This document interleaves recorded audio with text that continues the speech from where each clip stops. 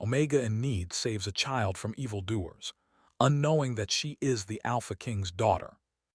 The villagers had long avoided this place after sunset, whispering tales of spirits and curses, and of a girl who belonged to no one and yet seemed to belong everywhere. They called her Selara, though few knew her last name, or the truth about who she really was. She was an Omega, born with sensitivity to the unseen currents of the world, the whispers of shadows, and the faint cries of those in danger. Selara walked lightly among the trees, her cloak pulled tightly around her shoulders. The medallion she always wore swung gently beneath her collarbone, catching the dull light of the stormy sky. She had found it as a child, buried beneath the ruins of a small, forgotten temple, and it had always felt familiar, though she could not explain why. The forest was alive tonight, but not with birds or animals. There was tension, a shiver of motion among the leaves that spoke of something unseen. Selara paused, sensing the faint pulse of fear in the air. Something was wrong. And then she heard it, a small, terrified whimper, muffled but urgent. She froze, her heart hammering. It came again, higher this time, followed by a harsh, cruel laugh. Selara's instincts took over. She moved silently, tracing the sound through the dense underbrush until she reached a small clearing. There, under the skeletal branches of an old oak, a child was being held by three cloaked figures. The child's small hands tugged at the ropes around their wrists, but it was no use. One of the figures raised a hand, and the child flinched as if expecting pain. Selara's chest tightened. Rage and fear surged together, but she did not hesitate. She had trained herself to move like the wind, unseen and unstoppable. Her eyes glowed faintly in the darkness, a subtle mark of her Omega gifts, and for a moment the attackers faltered, sensing something unnatural in her presence. "You won't take them," she said softly, almost to herself. Her voice carried a strange authority, quiet but unyielding. The tallest of the cloaked figures sneered. "And who are you to stop us?" he demanded. "A weak little girl wandering the forest. You'll regret this." Selara's fingers brushed the medallion beneath her cloak. She did not fully understand what it could do yet, but she had learned enough to know that her courage, her heart, and her instincts were sharper than any blade. With a sudden burst, she moved. Shadows seemed to stretch from the ground around her, obscuring her form as she closed the distance. The men scrambled, but Selara's movements were precise. She disarmed the closest one, using his own momentum against him, and sent him sprawling into the mud. The others lunged at her, but she was ready, slipping between them with the grace of someone who had spent years surviving in the wilds. The child's eyes widened in astonishment, their fear giving way to a glimmer of hope. Who are you?" they whispered. "Someone who won't let them hurt you," Selara replied, kneeling to untie the ropes. "Quickly run with me." The forest seemed to bend around them, shadows thickening as the attackers regrouped. Selara took the child's small hand in hers, and together they darted into the thickets, moving faster than the men could follow. The rain-slicked paths and tangled roots became allies to them, slowing their pursuers and giving Selara the advantage she needed. By the time they reached a safer clearing, Selara was breathing hard, but the child was safe. They clung to her, shivering and frightened, yet alive. Selara's heart ached at the sight of such pure terror and innocence, and a protective warmth rose inside her, stronger than any fear. "You're safe now," she said softly, brushing wet hair from the child's forehead. "I won't let anyone hurt you again." The child's small voice trembled. "Thank you, I don't know who you are." Selara smiled faintly, though a strange unease prickled at her. "I'm just someone who cares," she said, though she could not shake the feeling that this encounter was not random. The medallion at her chest seemed to vibrate faintly, as if responding to the child's presence. Something about this child felt familiar, though Selara could not explain why. They made their way toward the village, the rain lessening to a fine drizzle, and for a while the only sound was the splash of their footsteps in the mud. Solara kept glancing over her shoulder, senses alert for any sign that the cloaked figures had not given up. She had learned long ago that danger rarely gave up so easily. When they reached the village, a few lanterns flickered in the misty dusk. Villagers peered from their windows and doorways, wary of outsiders and even warier of Solara, who had always seemed a little apart from them, a little too attuned to forces they did not understand. "Please," Solara called softly, carrying the child to the healer's small cottage at the edge of the village. "This child needs help." The door opened, and the healer, an older woman named Malin, looked up in surprise. Her eyes widened when she saw the child, and she quickly ushered them inside. "What happened?" she asked. "They were taken by strangers in the forest," Solara said. She could not stop the shiver of anger that ran through her. "I saved them." Malin studied her, suspicion and awe in equal measure. "You did this alone?" Solara nodded. "Yes, they won't come again." Inside, the warmth of the cottage and the smell of herbs soothed the child. Malin tended to the bruises and scrapes, murmuring soft words that Solara could barely hear over the pounding of her own heart. She felt different. Something had shifted in her since the rescue. As the night deepened, Solara found herself walking outside again, back to the edge of the forest. The rain had stopped, leaving the world slick and shining under the silver light of the moon. She held the medallion in her hand, tracing the intricate patterns with her fingers. The pulsing sensation was stronger now, almost as if the object itself were alive. And then she noticed it. The child had dropped something in the commotion of the escape. A small, golden charm shaped like a crown, clasped with a delicate chain. It glimmered faintly in the moonlight. Solara picked it up and felt an odd warmth spread through her chest. She did not know why, but she sensed that this charm, this child, and the medallion she wore were all connected, threads in a story that was far larger than her own. She closed her eyes and let out a long breath. "What are you trying to tell me?" she whispered to the empty forest. But there was no answer, only the soft rustle of leaves and the distant hoot of an owl. Yet deep within, Solara felt a stirring of something profound, an unspoken destiny, a pull toward a world she had never known. She did not yet understand it, but she knew this was only the beginning. The next morning, the village awoke to rumors of Solara's bravery. Whispers spread quickly, and soon the tale reached ears far beyond the forest. The Omega who had saved a child from the hands of dangerous men, alone, with nothing but courage and strange, hidden power. Some villagers praised her heroism. Others eyed her with suspicion, murmuring of forces they could not see. But Solara did not care.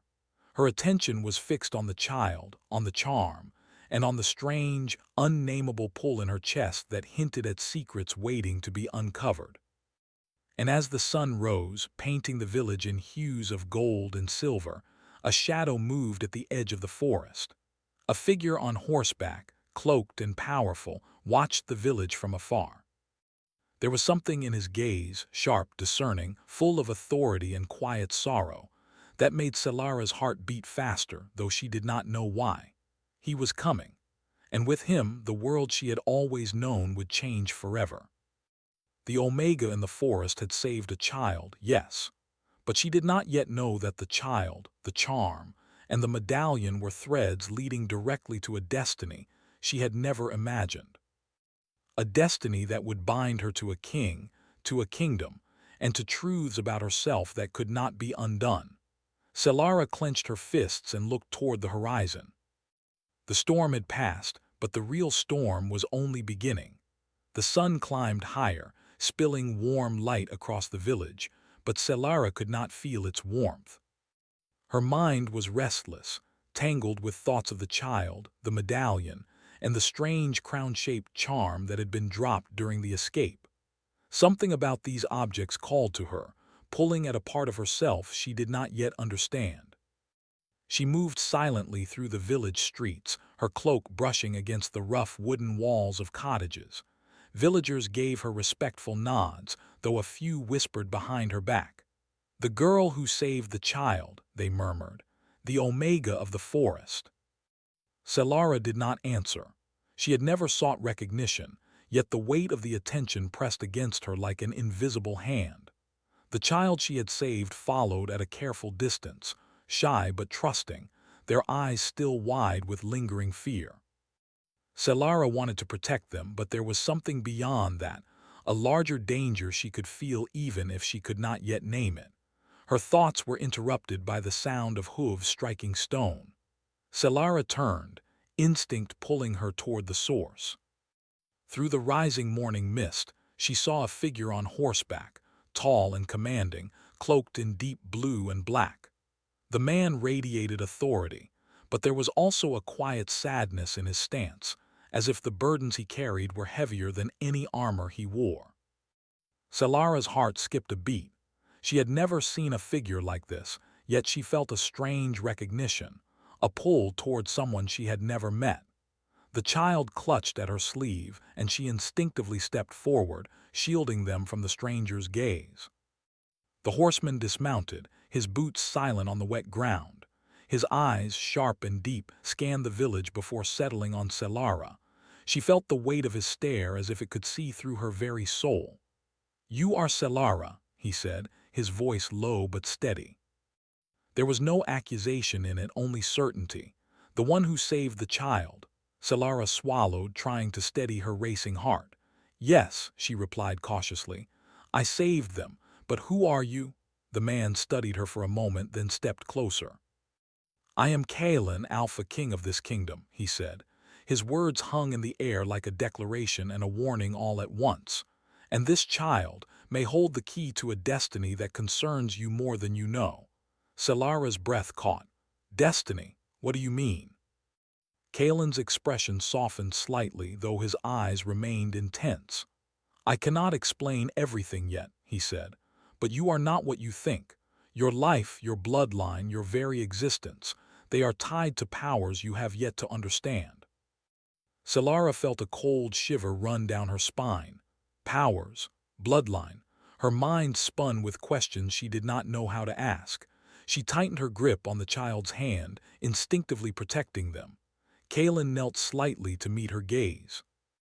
"You are the daughter of the former queen," he said quietly, as if speaking the truth aloud might make it real.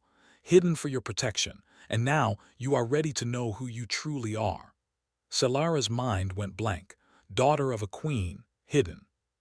She had always sensed that she was different, that the forest was not just a home but a place that kept secrets for her, but she had never imagined this.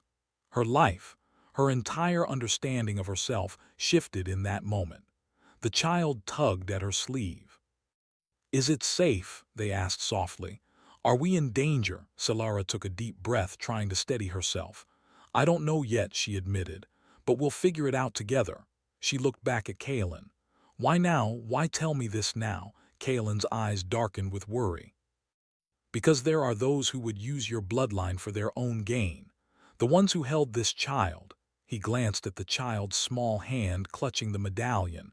"They are part of a faction that seeks to control the kingdom. And to control you." Selara's heart pounded. The forest, the child, the medallion, the charm. They were all connected, and now she understood that danger had been closer than she ever imagined. Yet even as fear tightened its grip, a strange excitement stirred within her. She was no longer just an Omega hiding in the shadows. She was something more, someone with power, someone with a purpose. Kalen rose to his full height, his presence commanding yet protective. "You must come with me," he said, "to the palace where you will be safe and where you can learn the truth about who you are." Selara hesitated. The forest was all she had ever known, and yet something in Kalen's gaze, something in the certainty of his words, made her want to trust him. She glanced down at the child. They nodded silently, trusting her, and she made her decision. "I will come," she said. "But I will not be controlled. I will learn who I am on my own terms." Kalen inclined his head. "I would expect nothing less." The journey to the palace was quiet, the child nestled safely against Selara and Kalen riding close behind. As they traveled, the forest gradually gave way to open fields, and the sky brightened with the promise of a new day. Yet Solara could not shake the feeling that eyes were watching them, hidden and patient, waiting for a moment of weakness. When they reached the palace gates, Solara paused, awed by the towering stone walls, the banners fluttering in the wind, and the sense of history that hung heavy in the air. She had never imagined such a place, and yet a part of her felt as if she had belonged here all along. Inside, the palace was a maze of marble corridors, gilded halls, and shadows that seemed to watch her every step. Servants and guards moved quietly, whispering among themselves as they passed. Solara felt the weight of their gazes, curious yet cautious. She was not a stranger here, not entirely, but she was not fully known either. Kalen led her to a quiet chamber, a room filled with sunlight streaming through tall windows. "Here you will be safe," he said, "and here you will begin to understand the life that was meant for you." Solara sank into a chair, exhaustion washing over her. The child sat close, still wide-eyed with awe. "It's beautiful," the child whispered. Solara smiled faintly, but her mind was restless. "Yes, but beauty does not always mean safety," she said. Kalen watched her silently, as if measuring her every thought. After a long pause, he spoke again. "Your mother, your queen, was a woman of great strength and courage. She fought to protect this kingdom and to hide you from those who would see you used as a weapon. That is why you were hidden in the forest." Solara's chest tightened. I had no idea," she murmured. "I always felt different. I always felt alone." Kalen's gaze softened. "You were never alone," he said quietly. "Even in the forest, even in the darkest moments, the kingdom watched over you. And now, it is time for you to step into the light, even if it is frightening." Solara closed her eyes, letting the words sink in. She had spent her life surviving, hiding, and wondering why she was different. Now, she understood that difference had a purpose, a destiny she had never imagined. Yet the path ahead was unknown, filled with shadows and dangers she had never faced. The child shifted, holding up the golden crown-shaped charm. "Do you know what this is?" they asked. Solara examined it closely. The charm seemed to pulse faintly, like it carried a heartbeat of its own. She did not recognize it completely, but something deep within stirred at its presence. "Not yet," she said, "but I feel that it is important, very important." Kalen's eyes narrowed slightly, his expression tense. "It is," he said. "That charm and the medallion you carry are pieces of a story that is far larger than any of us. They are tied to the power of the bloodline, to the protection of the kingdom, and to the shadows that seek to undo it all." Solara's pulse quickened. Power, shadows, bloodline. She had always known that her life was more than it seemed, but now the weight of that truth pressed heavily upon her. She felt fear, yes, but also a spark of courage, a flicker of something unbreakable that had always lived inside her. Kalen stood and walked to the window, looking out over the palace gardens. "Tomorrow," he said, "you will begin to learn the ways of the court, the history of your bloodline, and the powers you carry. But tonight you must rest. The journey ahead will not be easy." Solara nodded, watching the light fade across the gardens. Outside, the sky deepened into twilight, and the shadows of the palace seemed to stretch long and silent. She felt the presence of something waiting, something patient, something that had been watching from the edge of her life for years. As night fell, Solara lay awake in her chamber, the medallion resting against her chest. The child slept peacefully beside her, unaware of the weight of the destiny they were all now entangled in. Solara's mind wandered to the forest, to the rain, to the night she had first saved the child.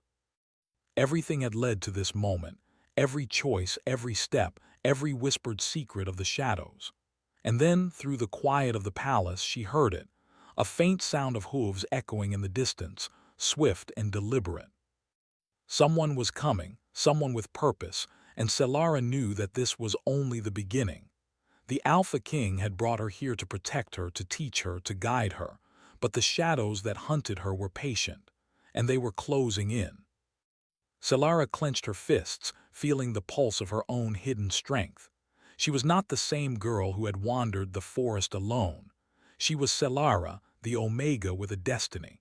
She was the daughter of a queen, and soon she would learn just how powerful that could be. But for now, she had only this night, and the knowledge that the world she had always known was gone forever. The storm had passed, but the real storm was only beginning.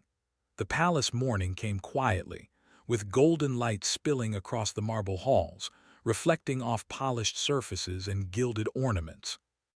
Selara awoke with the soft, anxious awareness of someone who had crossed into a new world, a world filled with walls she had never seen and eyes that watched every move she made. The child slept soundly beside her, and for a brief moment she allowed herself a small smile. They were safe for now, but the safety she had known in the forest was gone. The palace breathed a different kind of life, one of secrets, whispers, and rigid order. Every step Selara took seemed to echo in the hallways, reminding her that she was both guest and enigma, a newcomer who carried hidden power. Kaelin had already left to attend the morning council, leaving Selara under the watchful eye of a court advisor, a stern woman named Lyria. She guided Selara through the palace corridors, explaining the rules of etiquette, the hierarchy of nobles, and the delicate politics that governed every interaction. Selara listened carefully, but her mind was elsewhere. "Do not forget, young lady," Lyria said sharply, "that even here danger is never far. Eyes watch for weakness and whispers carry faster than the wind. Remember your position." Selara nodded, though her thoughts wandered to the child, the medallion, and the golden charm that pulsed faintly against her chest. Every instinct told her that they were connected, pieces of a story larger than herself. But even as she tried to make sense of it, the shadows of the palace seemed to stir around her, whispering secrets she could not yet hear. By midday, Kaelin returned. He moved with the quiet authority of a man who had seen both glory and tragedy, and yet there was a softness in his gaze reserved only for her. "Today," he said, "you will begin training, not with weapons but with yourself, your instincts, your senses, your power. You are more than an Omega. You have abilities that must be understood and controlled." Selara felt a shiver of anticipation.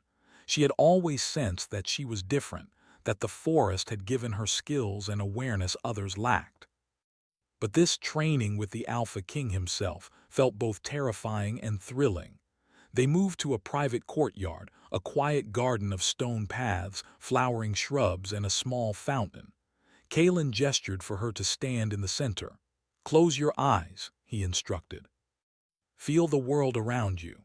Listen to the shadows, the wind, the heartbeat of life itself. Let them speak to you." Selara hesitated, then obeyed. She took a deep breath, focusing on the rustle of leaves, the distant call of birds, the soft murmur of the fountain. Gradually, a faint vibration reached her awareness, a subtle presence behind the garden walls, watching, waiting.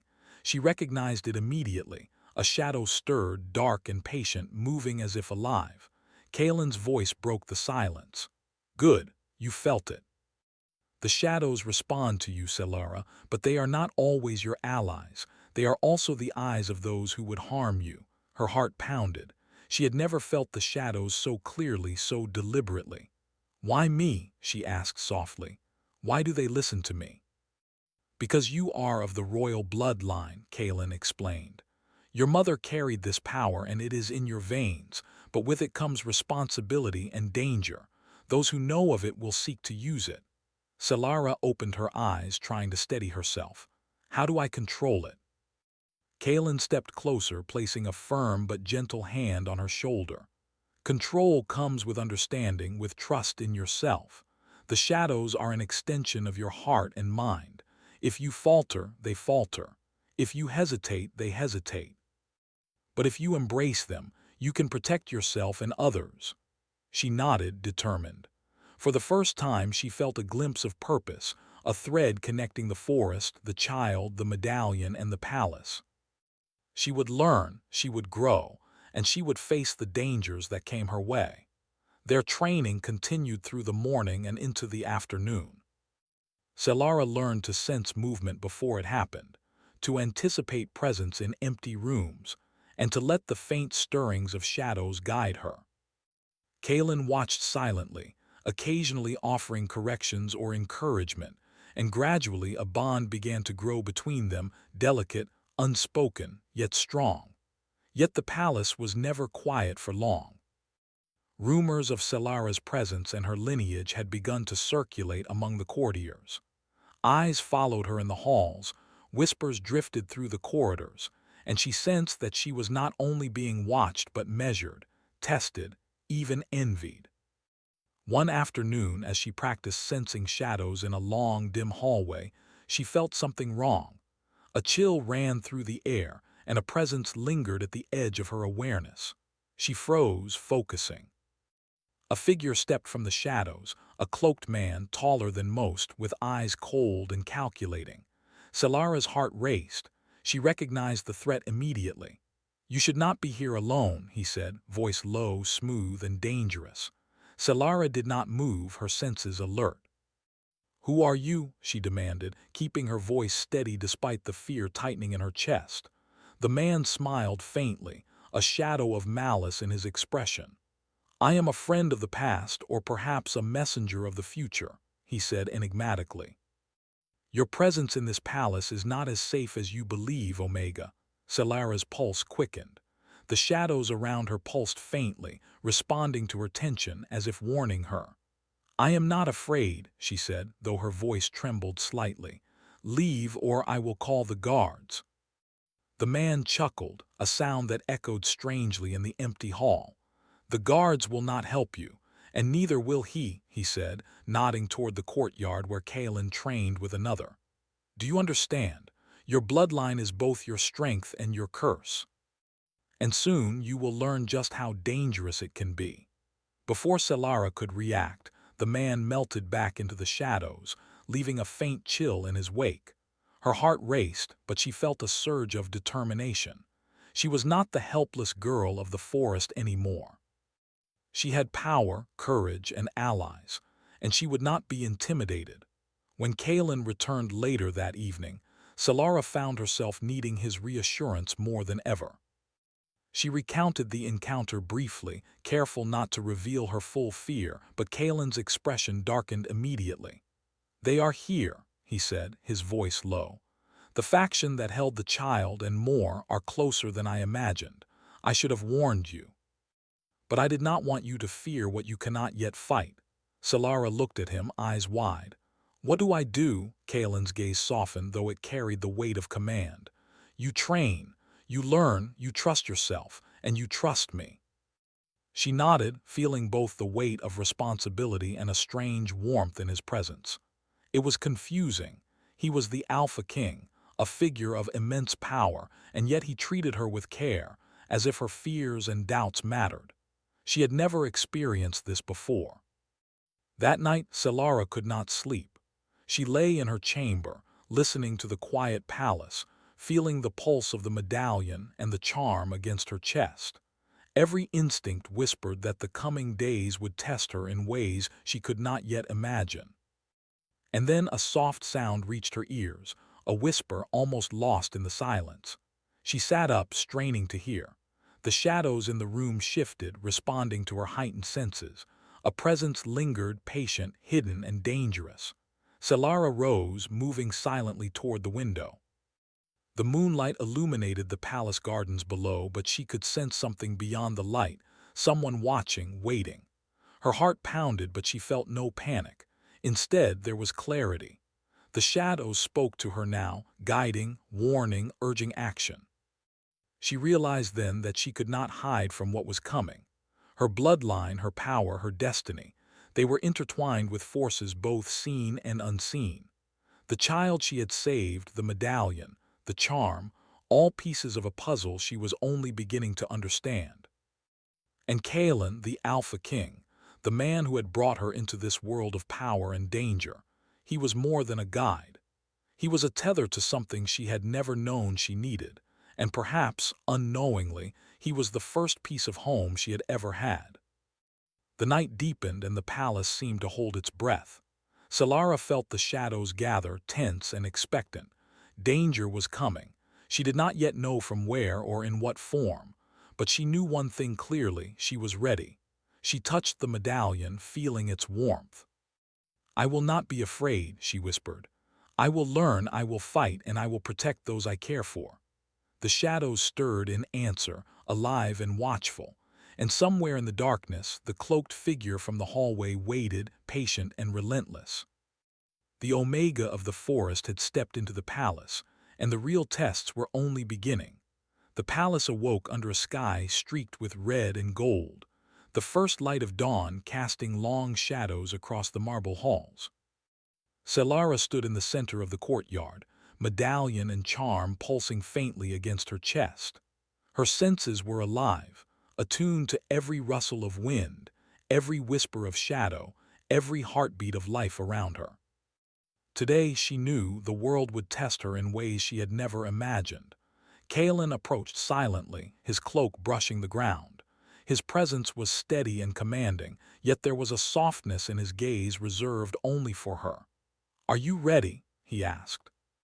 His voice carried authority, concern, and something unspoken, an invitation she could feel more than hear.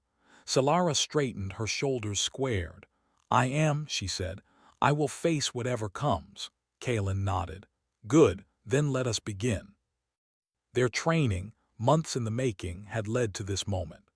Solara had learned to sense shadows, to feel the presence of life and danger, and to channel her inner strength with precision. But today, she would face the first direct test of her power, one that could not be prepared for, only survived. A sudden gust of wind swept through the courtyard, carrying with it a cold presence that made Solara's skin prickle. Shadows gathered at the edges of the walls, coalescing into shapes that moved with unnatural intent. The cloaked figures from the forest, the faction that had held the child, had come, and they were not alone. Solara's pulse quickened, but fear did not dominate her. She reached for Kalen's hand and he squeezed hers once, a silent promise. "You are not alone," he said. With a deep breath, Solara stepped forward. The shadows seemed to respond to her movement, stretching and twisting as if alive. She could sense the intent behind each figure, their malice, their plans, their impatience. And for the first time she felt power ripple through her, controlled and precise. "You should not have come here," the tallest figure hissed, stepping into the courtyard. His eyes glinted with cruelty, but Solara held her ground. "I am not afraid," she said, voice steady. "I protect what matters to me, and I will not let you harm anyone." The man laughed, a sound that echoed unnaturally in the open space. "You are a child of the forest, Omega." "Do you truly think you can stand against me?" Solara's eyes narrowed. "I am more than a child. I am the daughter of the queen, and I am stronger than you imagine." The shadows shifted violently and the man lunged. Solara reacted instantly, the medallion and charm glowing faintly as her power flowed through her.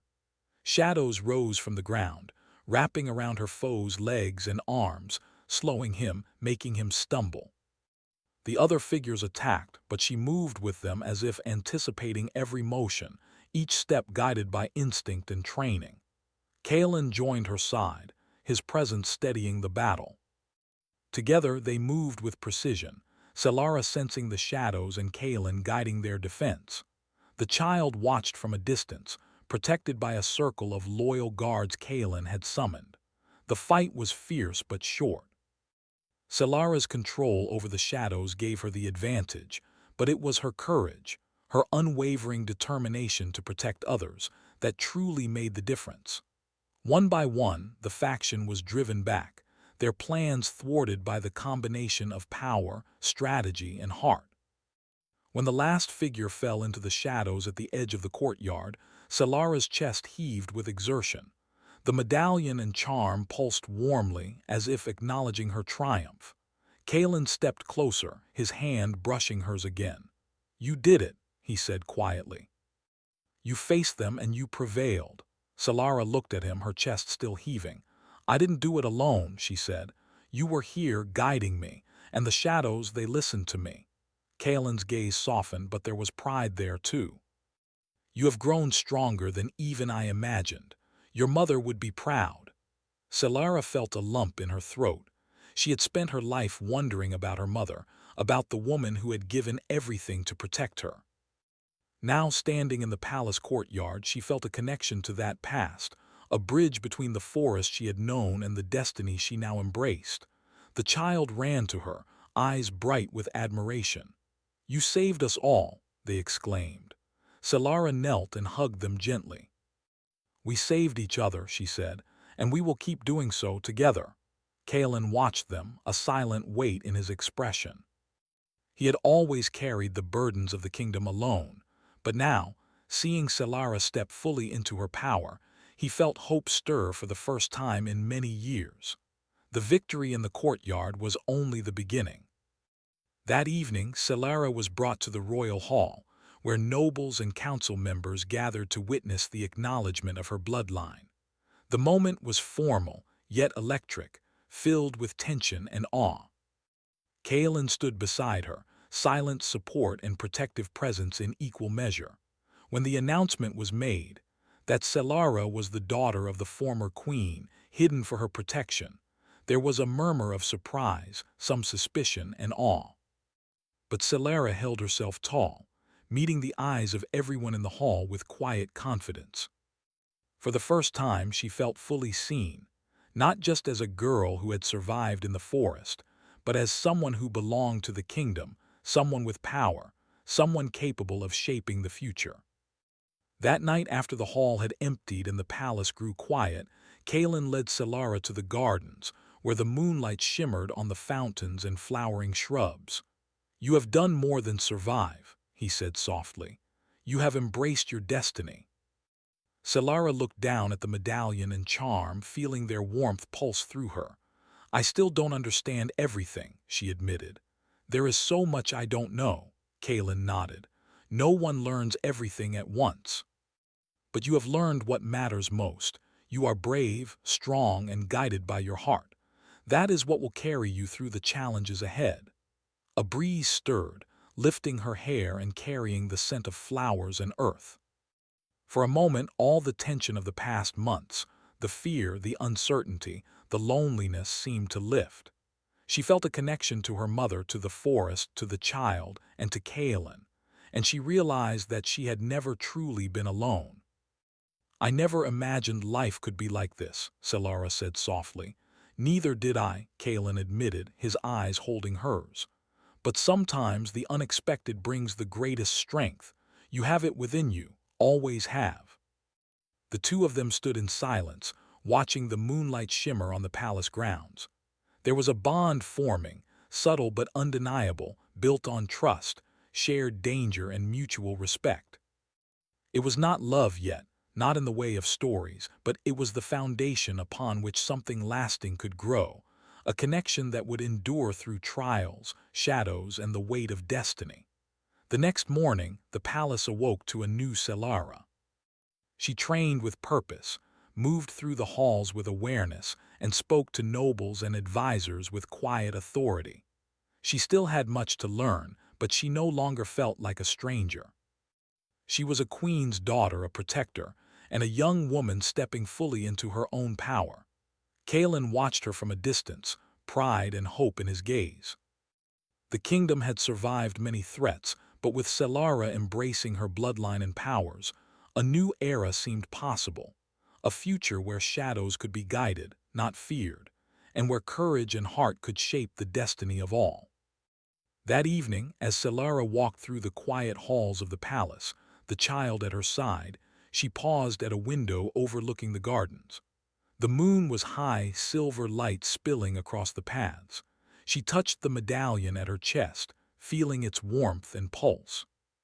The shadows had not disappeared. They were still present, patient, waiting. But now she did not fear them.